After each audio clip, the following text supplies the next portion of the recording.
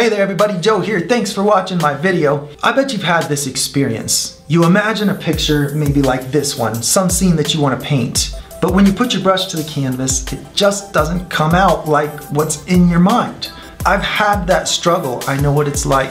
Well, some information is required in order to transfer what you're thinking to a canvas. I've spent a huge amount of my life's energy finding those answers as to how this is done. If you're willing to do a little bit of practice and walk with me through this information, I'm going to give you all that you need in order to make you able to do this. So let's start with the basics.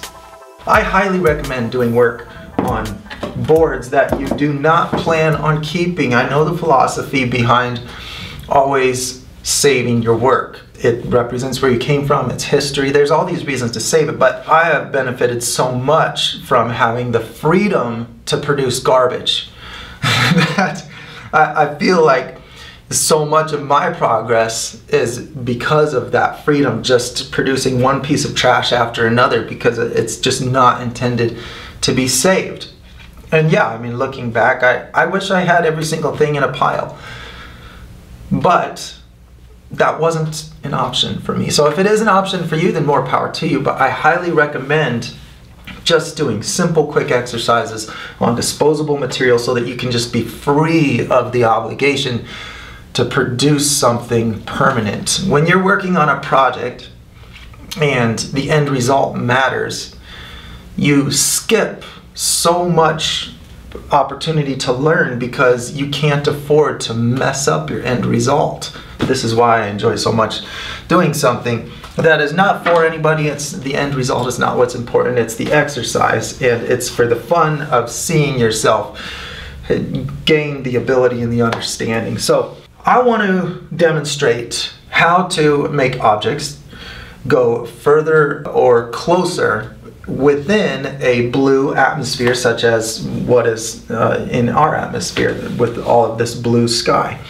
Paint is unique in the way that it's a bunch of translucent particles. That means that you can see through it. If something's translucent, you can see through it, but you still see the color that it has. It's not completely transparent like glass or something like that. So translucent paint is just millions of little particles that are overlapping on top of each other, and this is why when you put red paint and blue paint together, they cancel each other's colors out. You don't get this nice violet result that you normally would if you mixed blue and red light.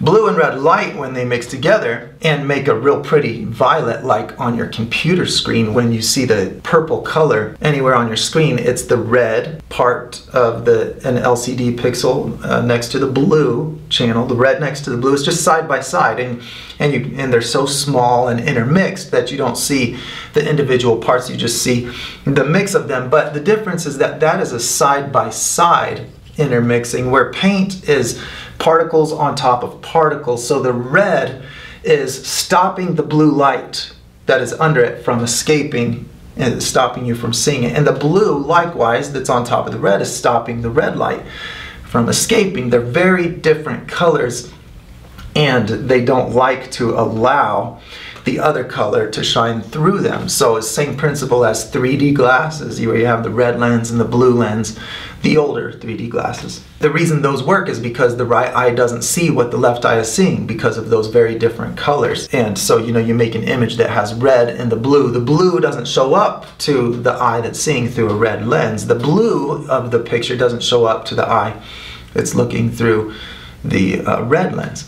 Paint is unique in that way, that it's all of these translucent particles that cancel each other's colors, and so adjustment has to be made if you're trying to represent the natural world that doesn't do that. There is a lot of the natural world that does do that. When you have translucent water on top of some other color, it does that same thing. So there are times when you can simply mix the watercolor with whatever's under it and get a beautiful result. But in this case, with atmosphere, it's more like the side-by-side result. And so I have to counter the effect of the blue changing its color as it's filtered when it mixes with something. So I'm going to start with the blue atmosphere. So the first step to my exercise is just to put a blue atmosphere on this board. And I want to keep this as simple as possible. So I'm not going to do a gradient like I do in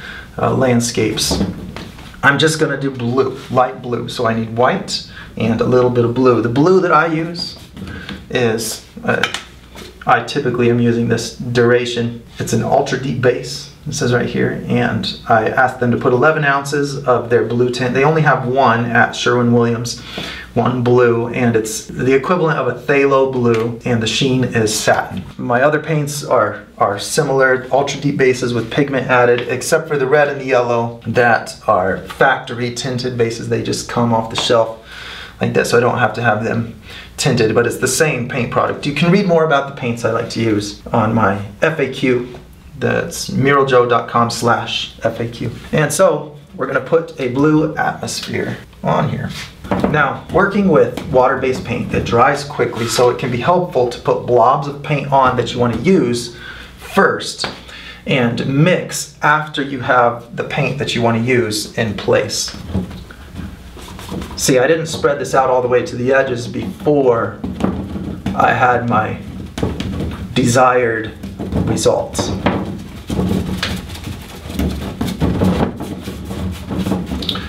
Working with oil, mixing is the same.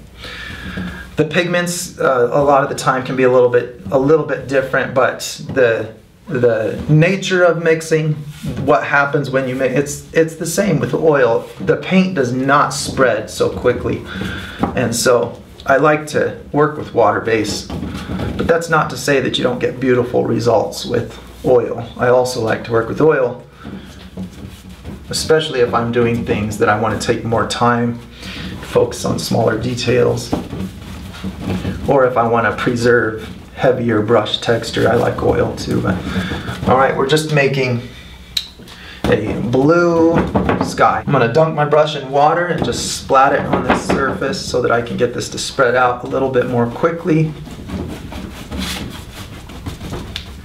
When you have colors like too dark right here, too light right here, instead of trying to brush it over like this dries your paint quickly, all that smearing, I go like this. Hit the dark color, hit a light area, dark area, light area, dark area. It flip-flops them and evenly distributes it. So it's a quick way to get a more even distribution of color. Okay, cool. There's an atmosphere, and that is meant to be all the same color. If it's not, then it's by accident. Now I'm going to let that dry and do some colors down here that I'm going to put into that atmosphere. So I'm going to do a quick rinse on my brush while that dries. Okay, now this will be fun. I'm going to put different colors that are going to disappear into this atmosphere. So I'll start with red. I'll just do the whole rainbow. I'll do all the colors across this board and make them disappear into this blue atmosphere. Now, if you're new to painting, you might wonder about terms like vanishing points, horizons, perspective, and so it's good to have accurate definitions. When you're starting something out, you want to be able to build your understanding on working definitions. And so a vanishing point is the point that you see between any set of parallel lines.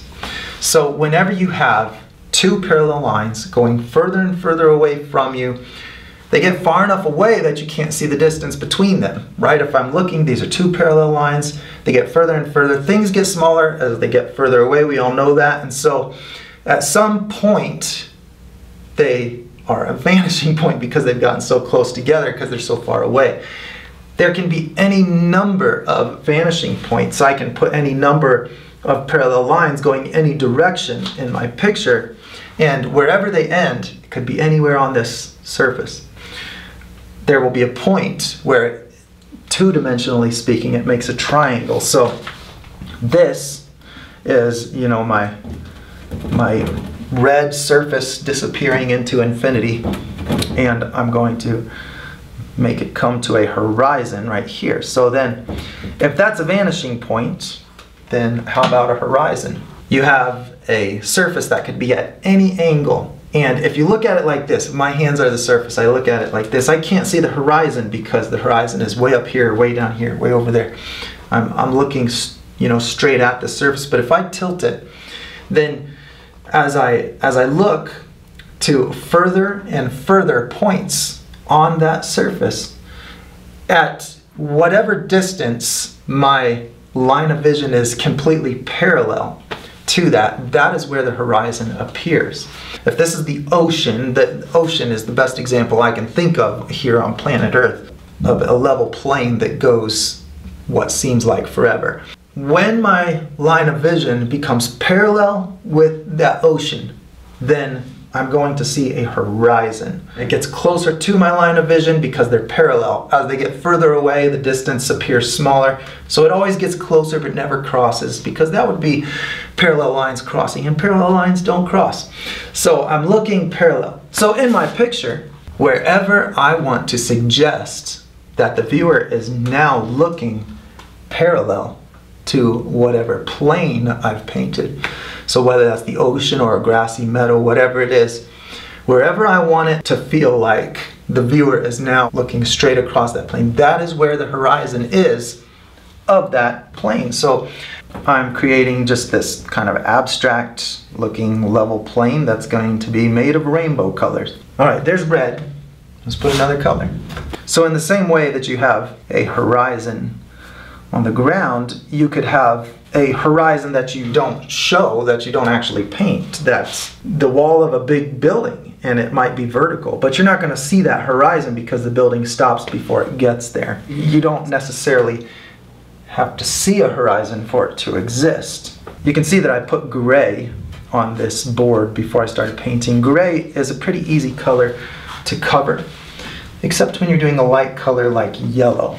So I'm going to add a little bit of white to it to make it cover better. When you're working with real bold primary colors, a lot of the times they can be kind of transparent, and so it's easier to cover a colorless gray sometimes than it is a white or some other color that might show through. Especially a gray that has the same brightness darkness value is another word for that. Okay, so if you do this exercise, don't get caught up in making these perfect lines. I'm just doing it for fun. Now, I'm not adding atmosphere color at all to this just yet. I'm just mapping out what I'm going to add atmosphere color to. Painting with bright colors is such fun. Let's do violet. And actually, I'm going to use my magenta. This is a color that is handy to have around, magenta. I keep this around. It's the color of a pomegranate. You cannot mix this color with any two colors as vividly as it comes by itself in this pigment. So I consider it a primary, just like all the rest of these colors. You might have wondered, what is a primary color? It's any color that you can't mix. So any color, if it's vivid enough, becomes a primary color, because when you mix colors, they only become less vivid, less colorful. I now have one very important element to a landscape painting, and that is perspective. The perspective is here because I have a horizon and a vanishing point. And as I said, I could have more than one vanishing point, but I made these all parallel strips of color that are going to one vanishing point. So now I'm going to add another element that creates depth, and that is causing these colors to disappear into this atmosphere. So when you hear someone say things get lighter as they get further away, or they get darker as they get further away, the truth of that is that they get more of the color of the atmosphere as they get further away, because they're getting buried in it. So I'm going to add the atmosphere color to each of these colors gradually as it gets closer to the horizon. But as I said at the beginning, paint will change color too much and make a result that is not natural. Blue tries to change to green when it mixes with any color. So, you know, it helps me to remember to think of it as a funny relationship. You know, it's kind of like it's trying to turn green, like Bruce Banner tries to turn to the Incredible Hulk when he's angry, right? And you don't want that to happen. So Violet is the girlfriend that keeps the blue from turning green when it comes into contact with its opposites. The more opposite the color is from blue, the more it will try to turn green, and the more I have to add the violet to keep that from happening. So I'm going to start with the red. Now red is not the complete opposite of blue in terms of the way we see light. So it's close to opposite, but not the complete opposite. On your computer screen, every pixel is made of 3 different colors, and that would be red, green, and blue. And so those colors can simulate all of the different kinds of colors that we see. So an opposite in terms of those, you know, if you think about it in terms of being every color being represented by a different combination of red, green, and blue, then an opposite is whatever of those two is not in the other color. So blue, the opposite would be the red and the green, which would make yellow. Yellow would be the opposite. So the green channel on the pixel, its opposite would be the red and the blue, which would make violet. That's an easy way to think of opposites in terms of light rather than a paint color wheel. And it's helpful when you're trying to simulate the natural world. So I'm going to add blue, the same blue that was in the atmosphere. So when I do this, plus white, let's see what happens. Let's put a little bit more. I'm going to try to get this very close to the sky color. Now paint dries a little bit darker. Water-based paint dries a little darker than what it looks like when it's wet. But close is good. I don't need to worry about it being so accurate. Now watch what happens when this hits the red. Because the red and the blue take each other's colors away, you're going to see a dark result where the red meets the blue. Do you see that even though I mixed this light color, this color is lighter than this red, pretty significantly. But when the red mixes with it, the result is equally dark as the red, even though I added all that white to make it this light blue. Now, so the result is darker than it would be if it wasn't doing that overlapping of the particles. So that's just trying to understand it on more of a micro level. But you can just know that this is what happens when you mix different colors. If the colors were very similar, you wouldn't have that darkening effect in between them. And so that is the same thing that causes it to go green, because, you know, the green is the color that doesn't get filtered out. Anyway, I digress.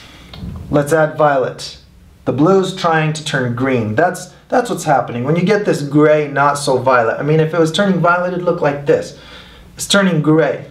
That's because the blue's trying to turn green. And when we have red and blue and green, we have all 3 of the colors and we get gray. All 3 of the colors that I explained can simulate the full spectrum. So what I do to make this look like a natural light result is add violet. So I'm going to put violet and white on here. And the more this mixes with red, the more I'm going to use the violet. So down here, I want to make sure I use violet.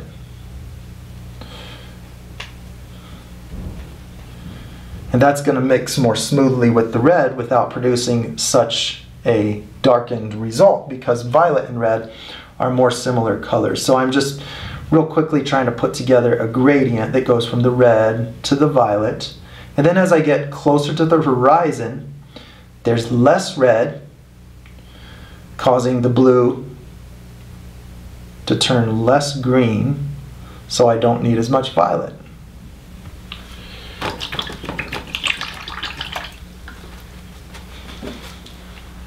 I'm just going to wet my brush and see if I can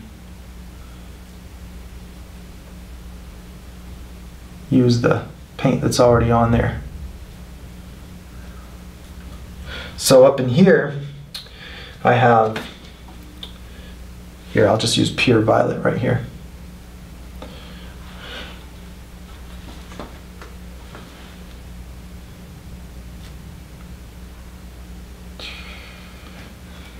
violet.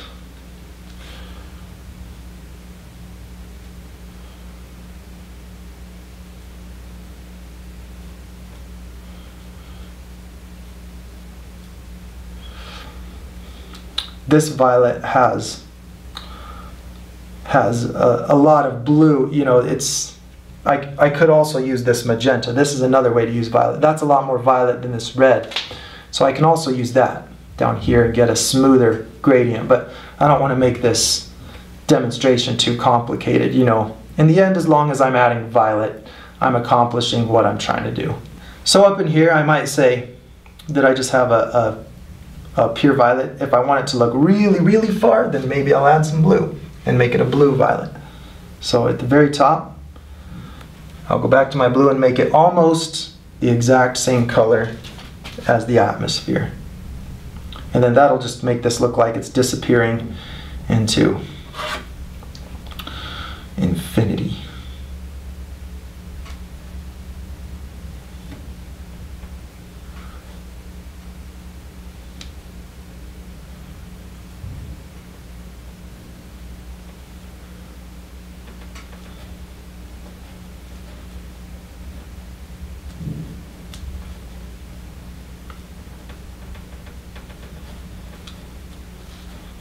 Okay, next color. Now, I've got orange and yellow. That was, you know, it's kind of a lot of blending. I'm gonna just see if I can do a yellow, and then if I'm able to blend it in with this and make some kind of an orange, I'll do that. But here, this is as different from blue as can be. Yellow is the opposite of blue. So I'm just going to add the opposite color. Now when I mix the exact opposite, the result is going to be gray. Let me show you what happens when I mix yellow and violet. Now this is kind of a bluish violet, so I might get a tiny bit of a greenish result. If it's a real good opposite, then my result should be very gray. That's pretty good. That's pretty great. So good enough for me anyway. So at the top where this is disappearing, I'm going to add more and more of this violet. And then just like with the red, once I get to enough of this violet and I want it to look like it's going toward the sky color, I'm just using the violet to not allow the blue to turn green. So whatever amount it takes, I'm just adding enough that it doesn't turn green. So let's find out if I add blue to this now, if it's going to turn green. White.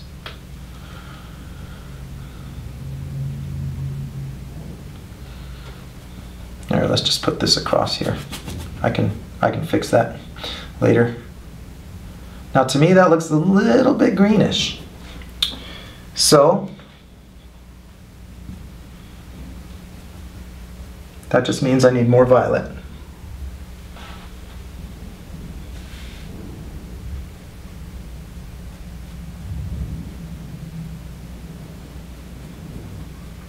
There we go. Now I'm going to add more and more yellow to this as it comes down. That looks a little bit green. What am I going to do? Add violet.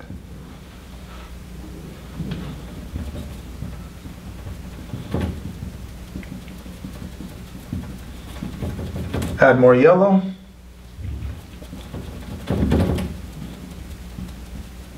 Doing pretty good on not turning green.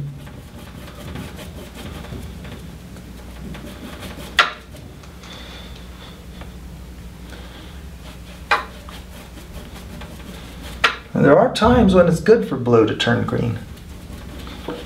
Just like there are times when it's beneficial for the Hulk to come out, you know? Alright, this looks a tiny, tiny bit green to me. Maybe not, but just in case it's a little bit green, I'm going to add a little bit of that violet. And white, of course, because I have blue and white for my atmosphere, so I have to add white to it to get it to the right value, which means lightness or darkness. I try real hard to keep the gradient of value consistent with the gradient of color.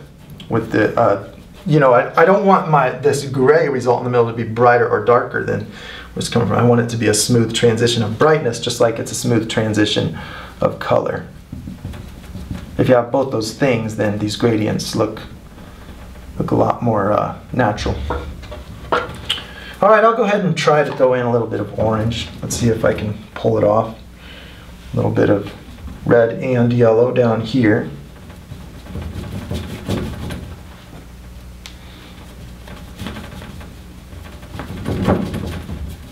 And we'll put some red up in here. And more yellow right here. Then I'll add some white because it's dark. And I'll add some violet. Go right up in there to a point.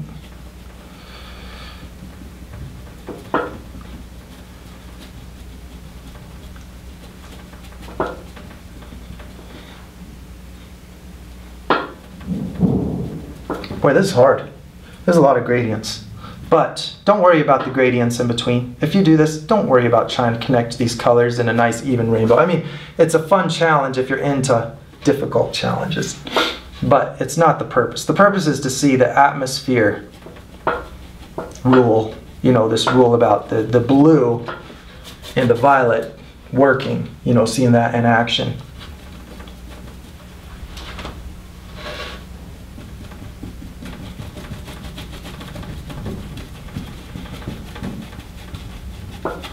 All right, let's put a little bit more of that violet up in here and some white.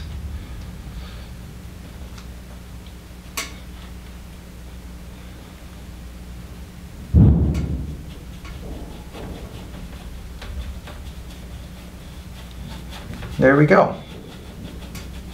We'll just leave it like that. I kind of lost the ends of my colors up in there, but you can see how those colors change and look like they get further away. Okay, now the green, same thing. I'll go green. Green is not that different from blue, so I shouldn't have to add much. We're going to do blue up here, green down here, white in the middle. Lighten this to the atmosphere color.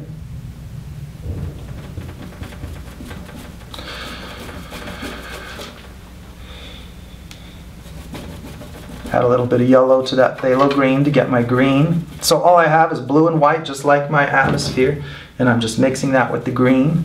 But green is a little bit different than the blue, so I don't want this vivid turquoise. That doesn't look as natural as it will if I add violet to it. So not nearly as much violet that I have in my other colors. A little bit will be enough. A little bit of white with that violet so that it's equal in value to what the blue would be.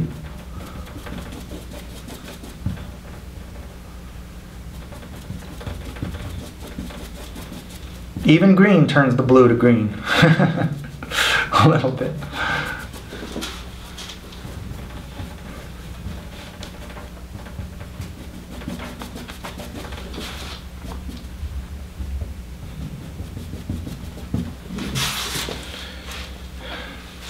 I'm going to adjust that turquoise color. This is real bright turquoise, and so I don't need that bright turquoise color. That's where this mixed directly with the green, and I want to go straight from my green to a slightly violet version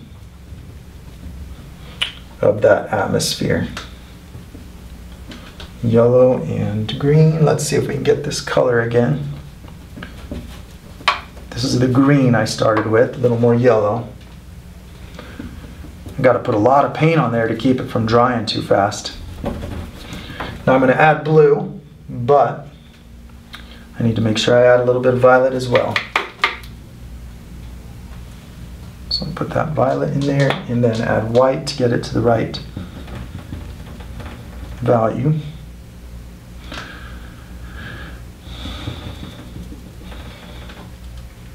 I'm adding a little more blue and violet because that was a lot of white.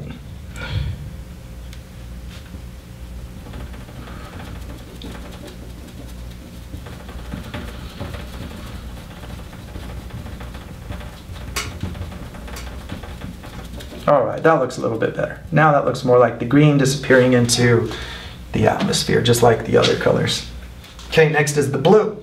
So, let's make it a dark blue disappearing into the light blue. I'm laughing because that, I could really overcomplicate this.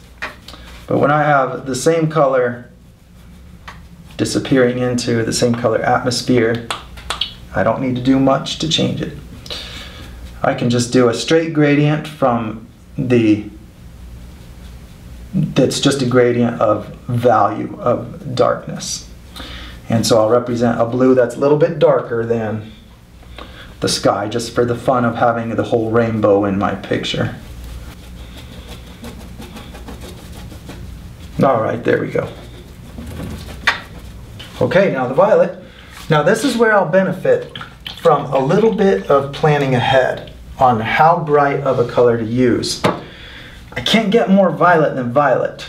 So if I want to have a mixed result that looks natural, then I want to be able to make it more violet. And so I need to start a little bit less violet than this pure violet. So what I'm going to do is I'm going to mix this color instead. I'm going to take magenta and blue, which is going to make a slightly less vivid violet than if I just did my pure violet pigment. So this violet right here that comes right out of the can is more of a primary. If I add white to this, then you can just barely make out that it's just a little bit more violet. And maybe that's a bad example because they're almost exactly the same. However, what I'm going to do is use that violet because this is the more violet violet. I'm going to use that for my correcting of the tendency of blue to turn green. So even when it mixes with that magenta, it's still just slightly trying to turn green, which mutes this mixed result a little more than a primary result. So I've got violet up here. I'm going to add a little bit of blue right by the horizon where I want it to look furthest away, and then white to get it to the right value.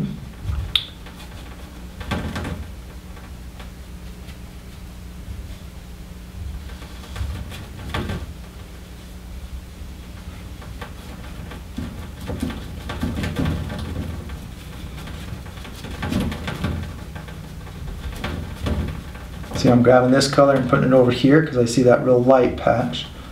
Okay, so that's my white and my violet pigment. Now I'm going to gradually switch to my blue and magenta pigment that's just going to be a very slightly less vivid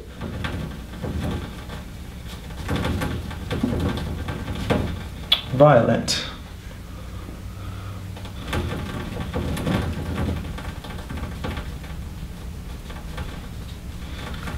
The reason I do that is because I don't want any visible graying happening when my two colors mix.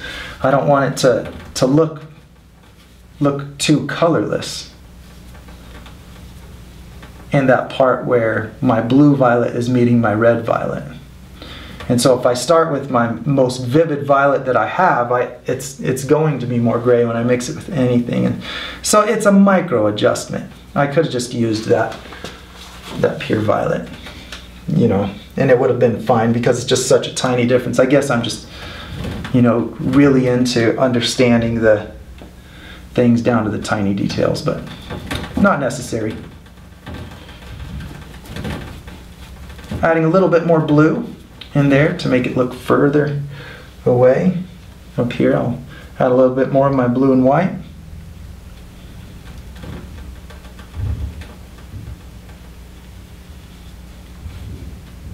Look at me really working hard to get that straight horizon on this practice board that I'm going to throw away.